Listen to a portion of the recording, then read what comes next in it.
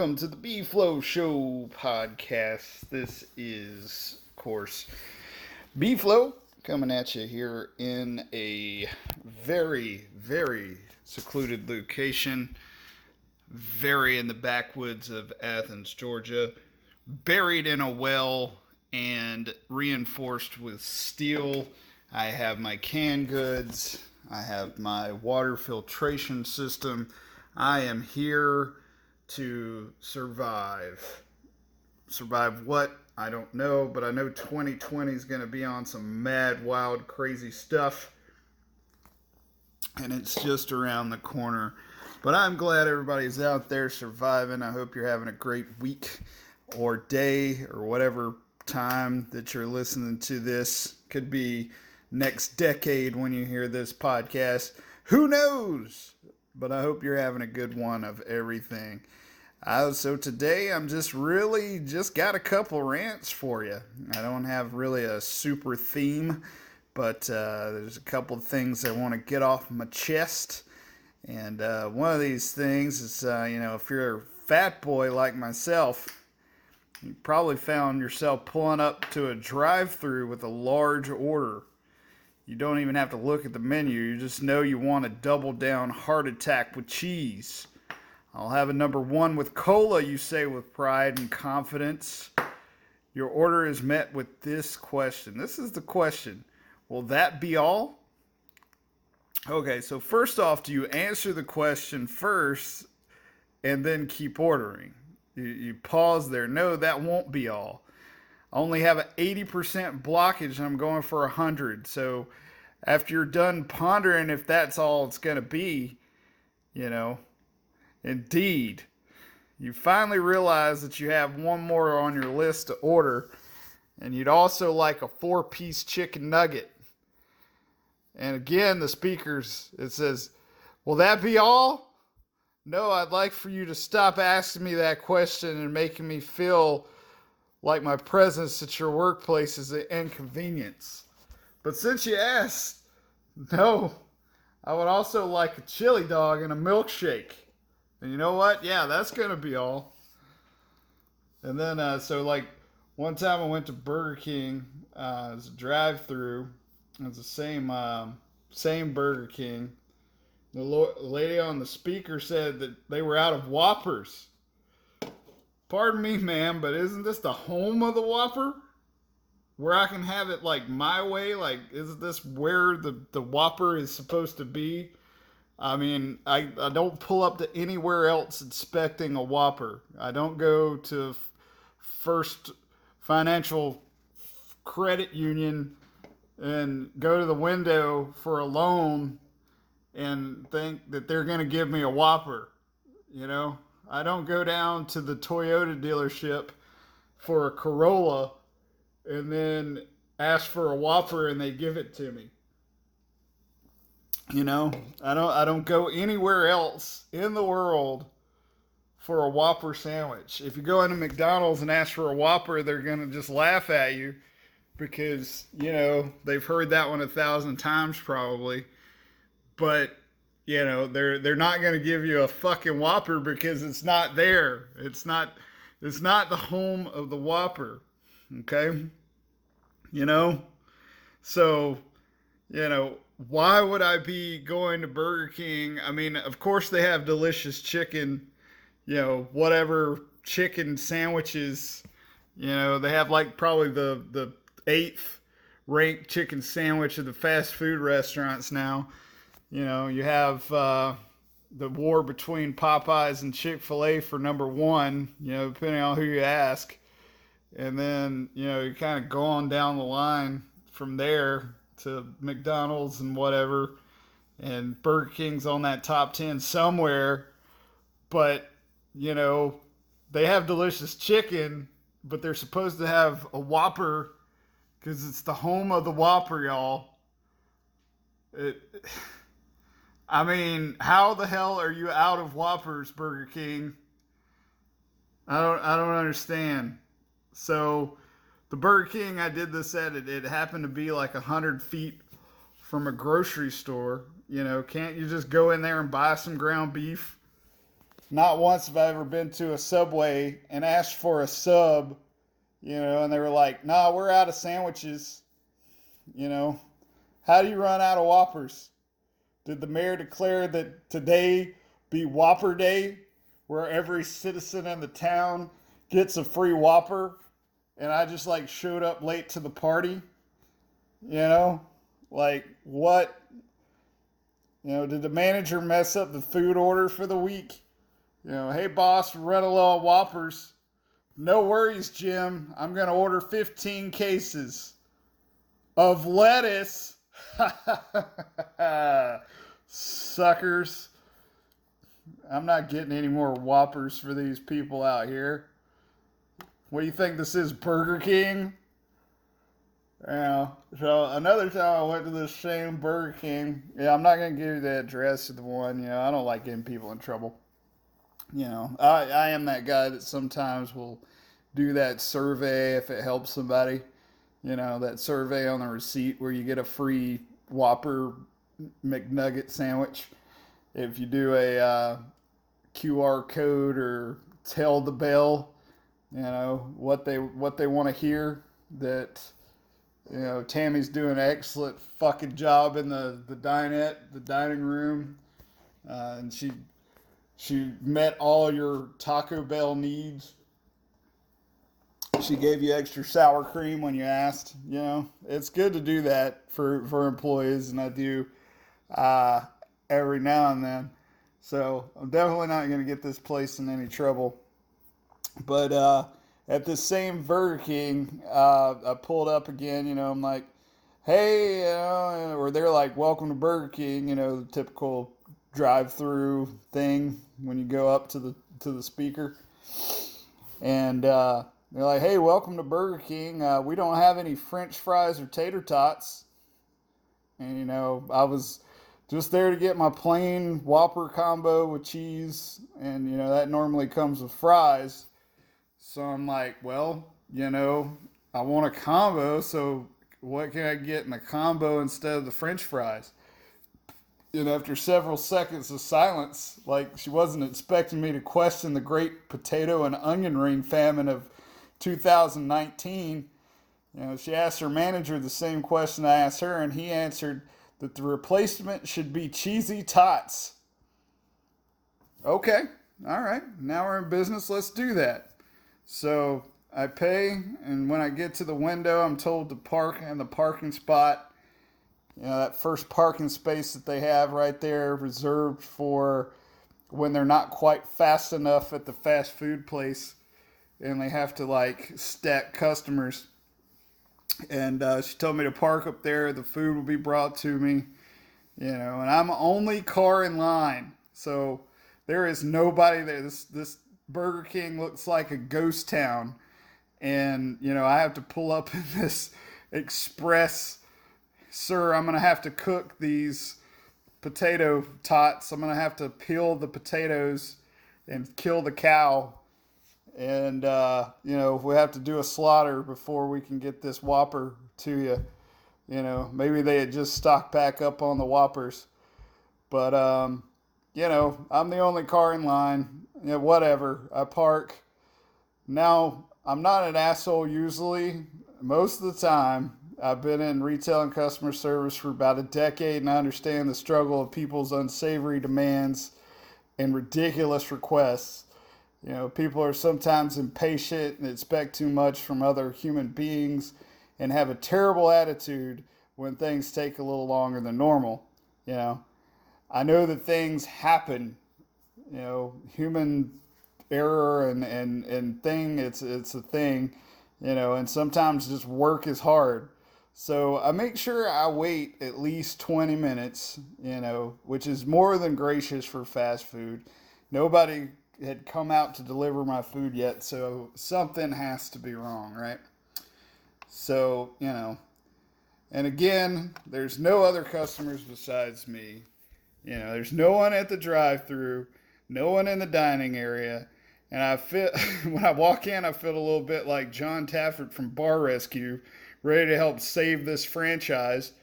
And when I walk in, the manager is working on something at some table, And I inform him that I'm still waiting on my food, and the angry look on his face had just like washed over him, and it said it all. He asked where somebody was, and as he was asking, she was walking back in the Burger King on her phone, and he's like fuming. He goes on a tirade. He starts asking everybody why the hell I haven't got my food, and informing them, hey, you need to give this man some extra cheesy tots. And I'm like, sir, that won't be necessary. I don't actually, need an extra cheesy tot for my time. But he was like, no, sir, no, sir, you get an extra cheesy tot. Give him a cheesy tot. For the love of God, this man's been waiting 20 minutes. So I got an extra cheesy tot for my trouble, and I would go over there and I explain, I'm, sorry, he had to do that and whatnot, and that I understand. I've been in retail, and and of course I'm going to go to that Burger King again. Yeah, I'm going to go there because how else will I get material for the podcast? Hi, friends. Do you drink more than your fair share of coffee? I have a solution for you. You should keep on drinking that delicious, delicious nectar of life. That's right. Join the Dollar Coffee Club. That's right. The Dollar Coffee Club will get you 1/4 of an espresso per month. Just send in that dollar and I'll send you 1 bean that you can smash to potentially make 1 cup of coffee with a disposable Keurig. Of course, that's not included, you cheap bastards. So I think the princess was the real villain of the Super Mario Brothers franchise, and here's why. The original Super Mario Brothers game for the Nintendo Entertainment System was an overnight success. Every system came with a copy of the game, and millions of households across the USA were amazed at this amazing evolution in video game software technology. A man in his overalls and red hat, along with his similar looking brother in a white hat and white overalls, running around a world full of bricks that you could burst with your fist, turtles with wings, and some strange looking Mr. Potato Head deals called Goombas. It was a strange world with enemies flying on clouds, throwing out spike balls at you.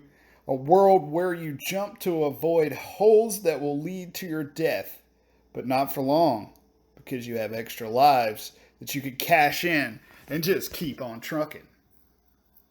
The story as it goes is this Mario and his brother are on a quest through these trippy levels in order to save the lovely Princess Toadstool from the evil clutches of Bowser.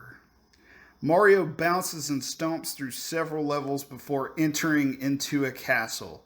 The castle is a bit more difficult than some of the other levels, and he is charged with defeating a dragon at the end by jumping over it and pressing a switch, releasing a bridge that causes the dragon to fall into a pit of burning hot lava. He then exits the stage right and is met by a funky looking dude with a mushroom on his head. And this is where I begin to get suspicious, folks. Mario has been jumping through all the hoops, defeating all these enemies, and he is met by a mushroom dude named Toad when he defeats a dragon at the end of the level. Did Mario just go on a bad trip? What is going on here? Did he get a bad tip on where the princess was being held? I'm under the suspicion that Toad is the princess' most trusted friend. She heard that her quote-unquote boyfriend is on his way to quote-unquote rescue her, and Toad has to cover for her. Toad gives Mario the infamous line, "Thank you, Mario, but the princess is in another castle." Yeah, fucking right. She slipped out the right out the back door. You see? I think the princess is into sadomasochism, and Bowser is her daddy Dom. That's right, I said it. She likes the big castle with the fire and the danger. She likes the back room with the chains and the cages.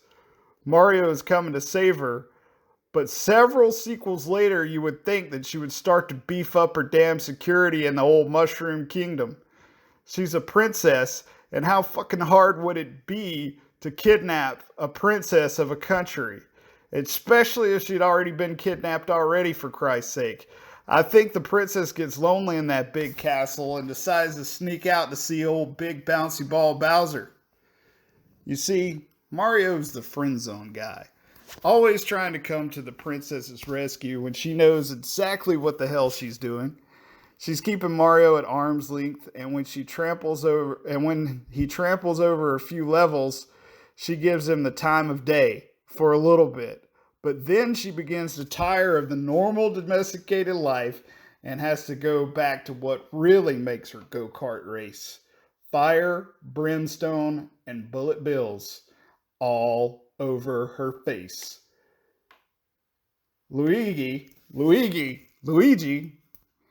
is the second player only because he's trying to catch up with Mario to talk some sense into him. Notice how the game series goes on and the challenges for Mario gets more intense. Mario 64 starts with the princess writing Mario to tell him that she baked a cake for him and she wants him to come over to her castle to enjoy this said cake. He jumps out of a pipe and is immediately greeted by a Lakutu, which shoves a camera in his face.